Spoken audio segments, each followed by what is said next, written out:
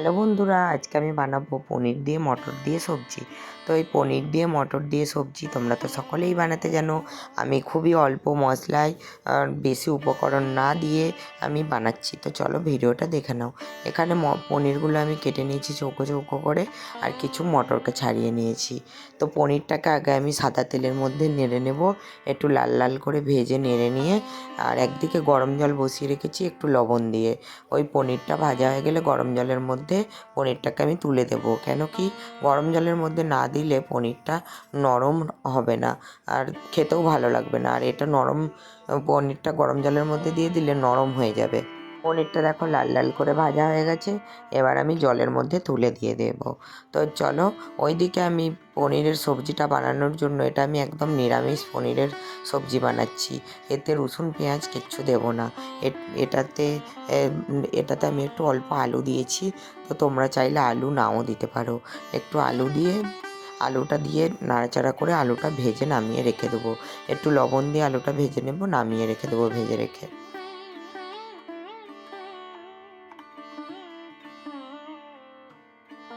তারপর আমি এখানে একটা মিক্সিং বোল নিয়ে নিয়েছি, যাতে দিয়ে দিয়েছি বেশ কিছু কাঁচা লঙ্কা আর দুটো টমেটো।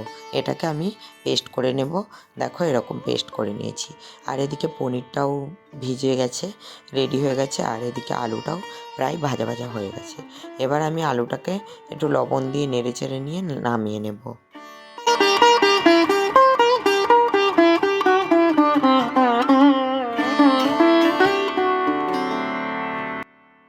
তারপর ওই কড়াইয়ের মধ্যে অল্প একটু তেল দিয়ে দিচ্ছি।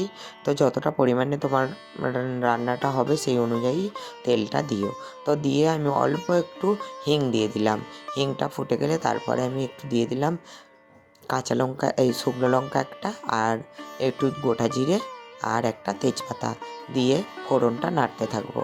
ফোড়নটা ঠিকঠাকভাবে হয়ে গেলে তারপর আমি এখানে দিয়ে দেবো যে মশলাটা বেটে রেখেছি, ওইটা আমি এখন দেব না।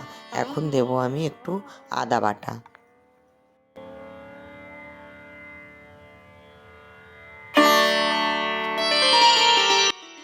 আদা বাটাটা দিয়ে আমি একটু হলুদ দিয়ে দিলাম, যাতে না আদাটা ছিটকোয়, সেই জন্য একটু হলুদ দিয়ে দিলাম। তো আদা বাটাটা দিয়ে একটু নাড়াচাড়া করে ঘেঁটে নেব। আর ওইদিকে আদাটার থেকে কাঁচা গন্ধ চলে গেলে আমি দিয়ে দেব সেই মশলা যেটা বেটে রেখেছি, ওই মশলা বাটাটা দিয়ে দেবো।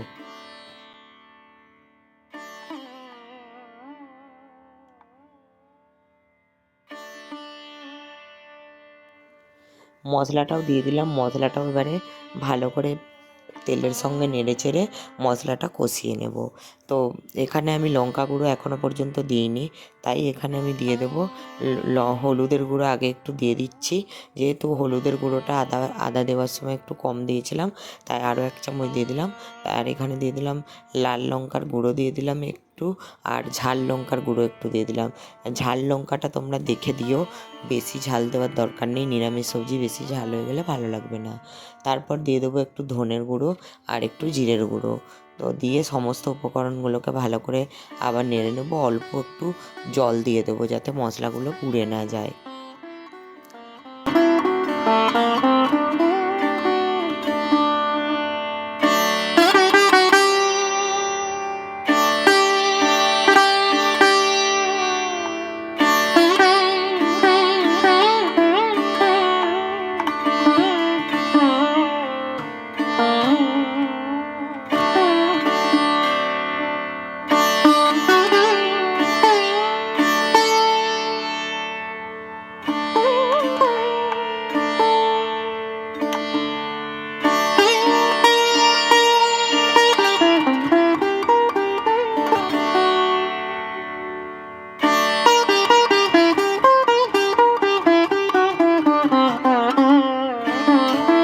জল দিয়ে মশলাটা কষে নিয়ে মশলাটা থেকে যখন তেল ছেড়ে গেছে, দেখলে তেলটা কীরকমভাবে ছেড়ে উঠেছে, তো দেখতেই কত সুন্দর লাগছে। তো তখন আমি মটর আর আলুগুলো দিয়ে দেব। যেহেতু মটরটা কাঁচা আছে তাই মটরটা দিয়ে দিলাম। মটর আর আলুগুলো দিয়ে ভালো করে নাড়াচাড়া করে কষিয়ে নেব।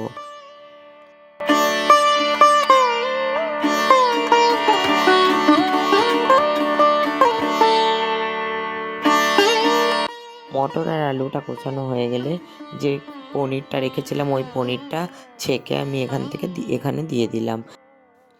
পনিরটাও দিয়ে সমস্ত মশলাটার মধ্যে ভালো করে এই পনির, আলু, মটর সবগুলো নেড়ে নেব। নেড়ে আমি পরিমাণ মতো এখানে জল দিয়ে দেবো। তো বন্ধুরা, ভিডিওটা চলাকালীন একটাই রিকোয়েস্ট, ভিডিওটা ভালো লাগলে লাইক করো, কমেন্ট করো আর শেয়ার করো। আর যারা আমার চ্যানেলে নতুন আছো চ্যানেলটা সাবস্ক্রাইব করে পাশে থাকা বেল বাটনটি বাজিয়ে দেবে, যাতে আমার ভিডিও তোমরা সবার আগে দেখতে পাও। তো দেখো, এখানে আমি জল দিয়ে দিলাম। এবার আমি এটা সিদ্ধ হওয়ার জন্য রেখে দেবো।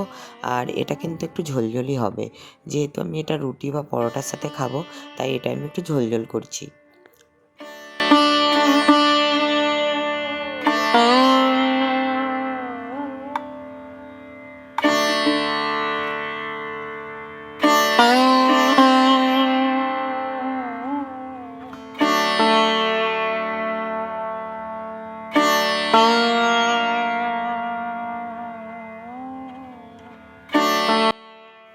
তো দেখো বন্ধুরা, এখানে আমি জলও দিয়ে দিয়েছিলাম, এবার সেদ্ধও হয়ে গেছে। এবার আমি লবণ চেক করে এটাকে নামিয়ে নেব। তো চলো বন্ধুরা, আজ আসি, আবারও আসবো নতুন ভিডিও নিয়ে খুব তাড়াতাড়ি। ততক্ষণ ভালো থেকো।